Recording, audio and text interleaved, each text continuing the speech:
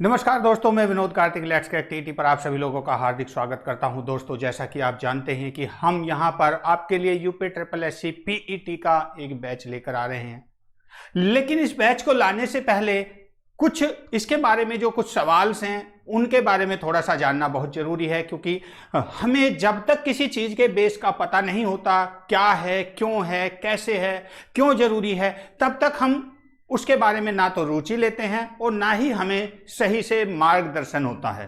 तो दोस्तों, उसी चीज को देखते हुए मैं यहां पर आपके लिए कुछ सवाल लेकर आया हूं और ये सवाल आधारित होंगे आपके सामने, जैसा कि आप देख रहे हैं, प्राथमिक अर्हता परीक्षा पैट प्रीलिमिनरी एलिजिबल टेस्ट 2021, इससे जुड़े हुए कुछ महत्वपूर्ण सवाल।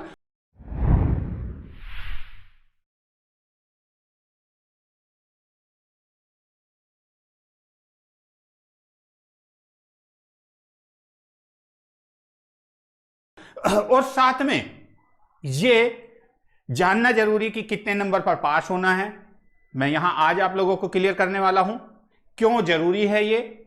उसके साथ जो भर्ती अब तक आई हैं, अब से पहले फॉर्म भर चुके हैं, क्या उस पर लागू होगा, ये बहुत सारे सवाल हैं। पास होने की वैलिडिटी कब तक रहेगी, तो उन सवालों को लेकर मैं यहां आपके सामने आया हूं। ये रहा प्रारंभिक अर्हता परीक्षा से जुड़े हुए कुछ महत्वपूर्ण सवाल। सवाल नंबर 1 की बात करते हैं, क्यों लाया गया है पैट। सवाल नंबर 1 की बात करें, पैट को क्यों लाया गया है, क्यों जरूरी है पैट। पहला सवाल, क्या जरूरत पड़ी इसकी।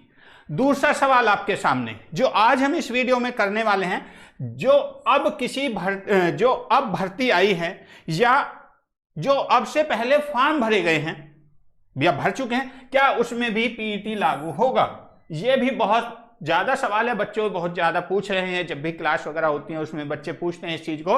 तो एक ये दूसरा सवाल। तीसरा सवाल जो ज्यादातर पूछा जा रहा है, पैट पास की मान्यता जो है कब तक रहेगी, यानी कि पीईटी जो है कब तक वैलिड रहेगा। जैसे आपका सीटेट है, यूपी टेट है, तो उनकी वैलिडिटी पहले 3 साल, फिर 5 साल, 5 साल, फिर 7 साल, फिर लाइफ टाइम। तो इसकी वैलिडिटी कब तक रहेगी, ये सवाल एक आपके सामने आने वाला, आज इसका सवाल का जवाब मिलने वाला है। पीईटी में पास होने के लिए कितने नंबर लाने अनिवार्य हैं, ये बहुत ही महत्वपूर्ण सवाल है आज का, कि जो पीईटी है उसमें पास होने के लिए कितने नंबर होने चाहिए। तो दोस्तों, आइए शुरुआत करते हैं। अगर पहले सवाल की बात करते हैं, क्यों लाया गया पैट, क्यों जरूरत पड़ी पैट की। पहले बात करते हैं पैट की जरूरत क्यों पड़ी। पैट की जरूरत इसलिए पड़ी है दोस्तों, क्योंकि पहले क्या था, हम फॉर्म भरते थे, वैकेंसी निकली, सपोज करो 100 वैकेंसी निकली, 100 वैकेंसी निकलती हैं और 100 वैकेंसी में फॉर्म आ जाते हैं 10,000 फॉर्म आ गए। अब बहुत ज्यादा झंझट, एग्जाम कराने में झंझट और भी बहुत सारे झंझट। दूसरी कंडीशन, और एक और एग्जांपल आपको बता दूं, एक सीट पर कम से कम 200 फॉर्मों की कंडीशन आपके सामने देखने को मिल रही है। एक सीट पर 200 लोग फाइट करते हैं। अब किसको सीट जाए, वो उस चीज को रोकने के लिए पैट को लाया गया है। और इसमें एक रूल्स ये बनाया गया है कि एक सीट पर मैक्सिमम 15 लोग फाइट करेंगे। इसमें एक सीट पर मैक्सिमम 15 लोग फाइट करेंगे, इससे ज्यादा नहीं होंगे। तो इससे क्या होगा, भर्ती आपके टाइमली निपट जाएगी। और जो भ्रष्टाचार की कंडीशन है, जो बार बार की, अब 200 लोग में से किसका हुआ, सब एक दूसरे का मुंह देखते रहते हैं, पता नहीं इसका होगा उसका होगा, ये चीजें देखते रहते हैं। तो 200 लोगों में से हम नहीं ढूंढ पाते, लेकिन 15 लोगों में से हमें पता होता है किसका सिलेक्शन हुआ है। छोटा सर्कल है तो आसानी से ढूंढ सकते हैं। तो इसका लाने का उद्देश्य यही है कि जो भर्ती है वो टाइम से और निष्पक्ष हो जाए। इसको इसलिए लाने की जरूरत पड़ी है। एक सीट पर इसमें मैक्सिमम 15 लोग रहेंगे। इसको इसलिए जरूरत पड़ी है क्योंकि फॉर्मों की क्वांटिटी ज्यादा हो जाती है और फिर उसमें चाहे आपका फॉर्म भरने के खर्चा का तो चलो स्टूडेंट का होता है, उसके बाद की बात करते हैं एग्जाम कराने का खर्चा, और बहुत सारे सिस्टम होते हैं जो कि सही तरीके से मैनेज नहीं हो पाते हैं। जब मैनेज नहीं हो पाते हैं तो वहां कहीं ना कहीं फिर पंगेबाजी आप जानते ही हैं। इसके बाद अगर दूसरे सवाल की बात करते हैं, इसके बाद दूसरा सवाल है, जो अब भर्ती आई है, जो भर्ती अब आई है और अब फिलहाल की बात करें, जैसे पीटी भरा जा रहा है और उसके साथ में जो भर्ती आई है, अभी साथ करंट की बात कर रहे हैं, जो पीटी के अभी यहां पर फॉर्म भरे जा रहे हैं और इसके साथ में यहां पर और कुछ वैकेंसीज यहां पर आई हैं, तो उसकी कंडीशन में क्या करना है, ये पैट वहां लागू होगा या नहीं होगा। दूसरा, जो फॉर्म अब से पहले भर चुके हैं या एग्जाम होने से पहले तक जो भी वैकेंसी आएंगी, तब तक जो भी फॉर्म भरे जाएंगे उनके लिए क्या होगा। तो दोस्तों उसके लिए मैं यहां पर देख लेता हूं और बताते हैं कुछ आपको यहां इसके बारे में। भविष्य में द्विस्तरीय परीक्षा प्रणाली के आधार पर चयन संबंधी कार्यवाही की जाएगी। यह स्पष्ट किया जाता है कि द्विस्तरीय परीक्षा प्रणाली केवल भविष्य में विज्ञप्ति किए जाने वाले पदों के लिए ही मान्य होगी, यानी कि जब आपका पैट का एग्जाम हो जाएगा उसके बाद जो भी भर्ती आएगी ये केवल और केवल उस पर लागू होगी।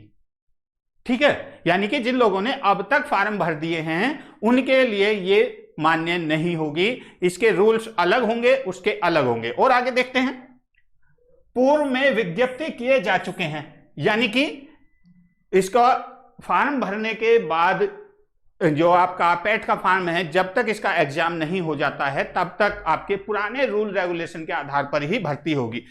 उनके सापेक्ष चयन की कार्यवाही संबंधित विज्ञापन उल्लिखित प्रक्रिया अनुसार ही होगी, यानी कि जो भी रूल रेगुलेशन जब आपने फॉर्म फिल किया था उसमें जो कुछ दिया गया था उसी आधार पर यहां पर आपकी भर्ती होनी है। ये केवल और केवल दूसरे सवाल का आंसर आपका यह है कि जो भर्ती अब तक आ चुकी हैं पैट का एग्जाम होने से पहले तक, उसमें आपने जो भी अप्लाई किया है उन पर पीटी लागू नहीं होगा। पीटी केवल उन पर लागू होगा जब इसका एक बार एग्जाम और रिजल्ट आने के बाद, जो आपकी डेट होगी रिजल्ट के बाद से जो फॉर्म आएंगे उस पर यह लागू होगा।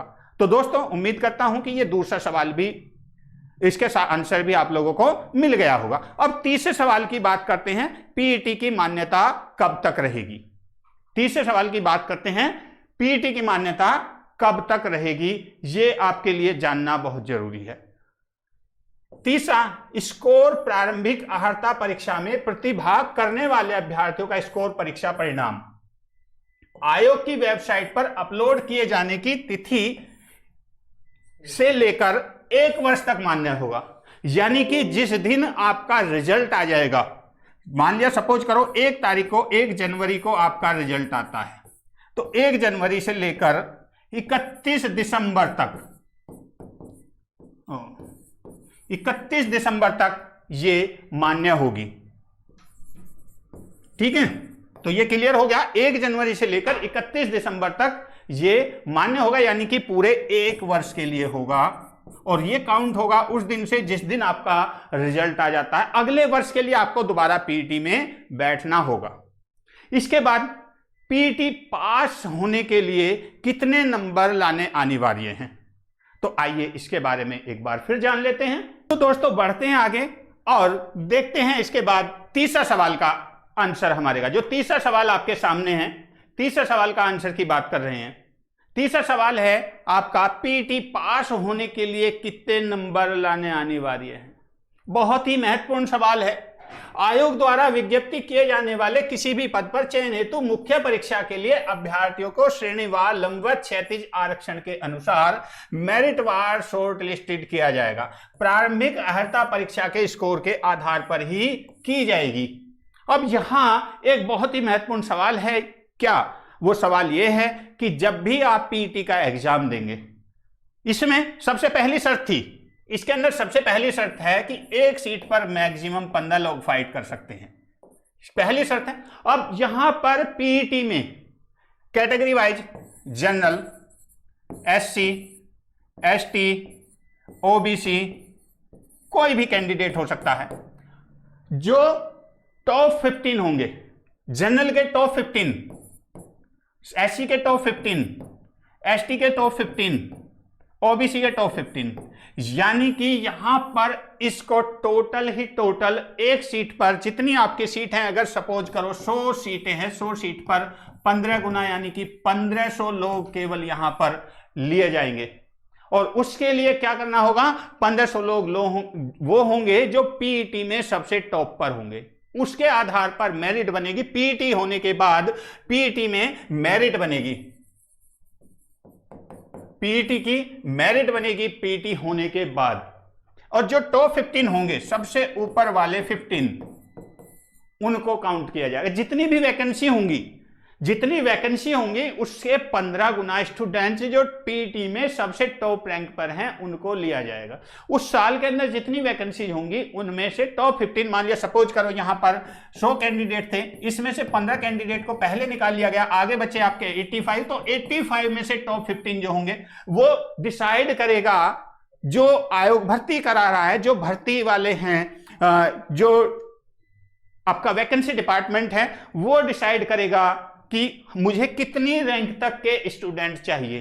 तो ये सब जिम्मेदारी जो दे दी है, ये पीईटी को इसलिए दी है क्योंकि वो एग्जाम कराकर आपको फिल्टर करके बच्चे दे देगा और आपको सिर्फ और सिर्फ वही गिनती के चयनित बच्चे जो टॉप 15 में होंगे उनको ही लिया जाएगा। यानी कि इसके पास होने के लिए जो योग्यता रखी गई है वो है आपकी 0, चाहे आपका 1 नंबर हो, चाहे आपके 100 हो, चाहे आपका 1 नंबर हो चाहे 100 हो, पास यहां भी हैं और पास यहां भी हैं।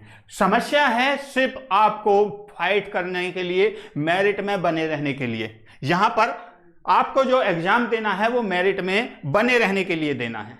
अब एक समस्या और आ जाती है, एक समस्या और आती है सबसे ज्यादा, पिछली शीट पर मैं दिखा देता हूं, पहले अभी इसको चलते हैं। यदि किसी अभ्यर्थी द्वारा प्रारंभिक अर्हता परीक्षा में प्रतिभाग नहीं किया गया है तो उसके द्वारा आयोग के द्वारा आयोजित की जाने वाली किसी भी मुख्य परीक्षा के लिए आवेदन नहीं किया जा सकेगा। यानी कि किसी ने अगर पीईटी का एग्जाम नहीं दिया है तो वो कोई भी आने वाली भर्ती में शामिल नहीं हो सकता। इसलिए पीईटी को देना बहुत जरूरी है, क्योंकि सबसे पहले उसमें पीईटी स्कोर पूछा जाएगा कि आपका पीईटी स्कोर क्या है, और उस स्कोर के आधार पर ही आप वहां पर एलिजिबल होंगे फॉर्म भरने के लिए।